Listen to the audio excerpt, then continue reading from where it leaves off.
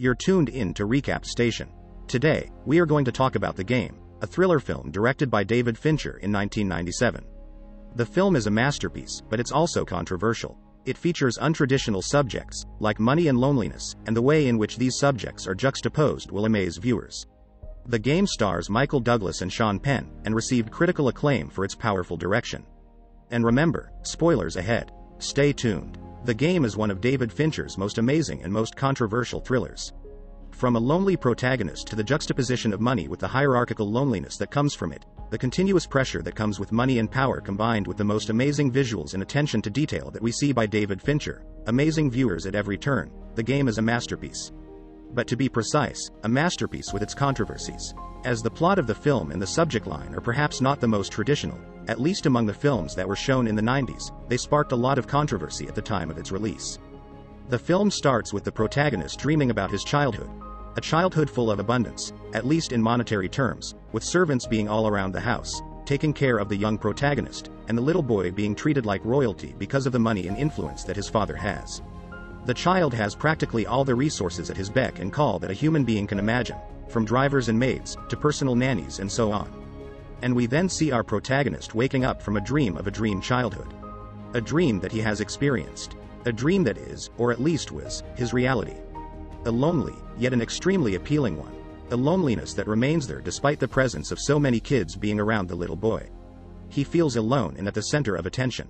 As the protagonist wakes up from the dream, the first thing he hears is the rates of different shares on the news, indicating that his life starts from the business and that alone is the central thing around which his life revolves. Or to put it more precisely, that his life has been revolving around from childhood. As he wakes up and starts getting ready, he is the only person in his house except the servants, and then he drives to work. Again indicating that the only thing he keeps track of is his work. Moreover, as we see the protagonist driving his car to work, we see him driving in a set lane, and there are no other cars in his entire lane, indicating that not only his work is the sole thing towards which his life revolves, but also that his journey is extremely lonely. And the life he is living has been set and chosen for him even before he was a child, and now he has to walk, or more precisely drive, in the exact same lane every single day alone, as that is his destiny set by his father and his fortune. The only hint of the protagonist having some sense of human contact comes from his brother, who he goes to see in a restaurant. The scene is set up in a seemingly normal way, with the two having a good conversation in a restaurant, or is it? Here again David Fincher surprises us and gives us an insight into the actual relationship between the two and the nature of their conversation through amazing play with lighting and camera angles. When the light falls on the protagonist's brother, we see his face lighting up, and as the camera zooms into him, we see the black color that he is wearing perfectly blends with the background, indicating warmth and mystery at the same time.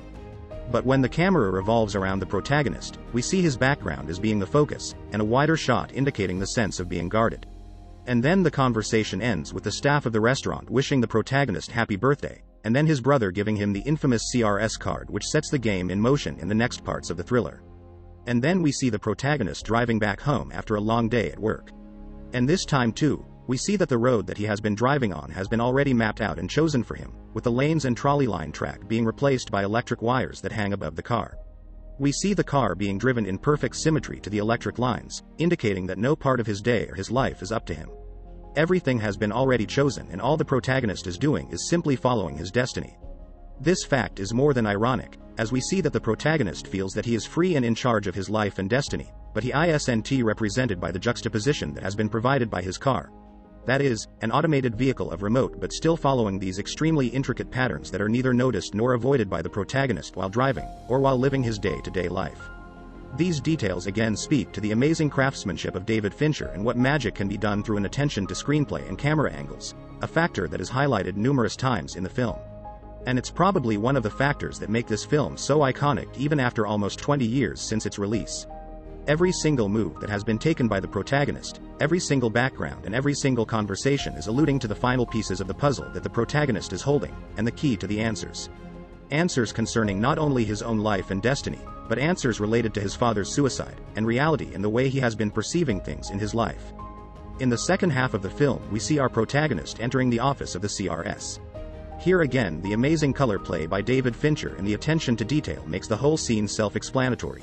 The suit that is being worn in the scene by the protagonist blends perfectly with the background of the CRS, similar to an animal being able to blend in with his environment, indicating that there is an extreme sense of comfort in the protagonist, as the environment of the CRS is just any corporate building, i.e. the protagonist's natural habitat. Yet the CRS pushes him to his limits and again ironically highlights the fact that despite the protagonist thinking that he is the one in control of the whole narrative and the series of events, he is not, just like his life before the CRS.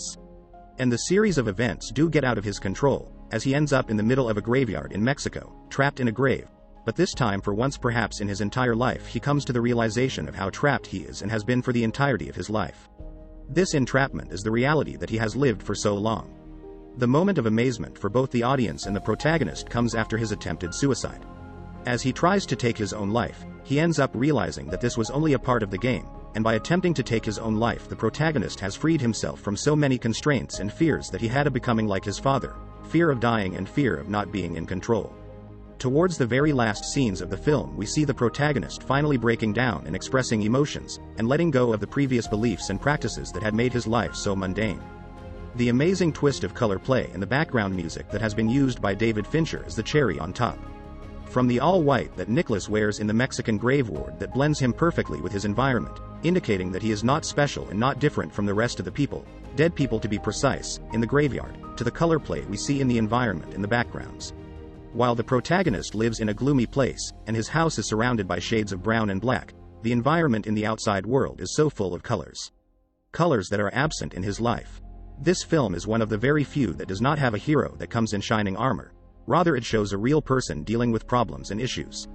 He is just a human being, one that is capable of making mistakes, and despite his wealth and luxuries, he feels trapped.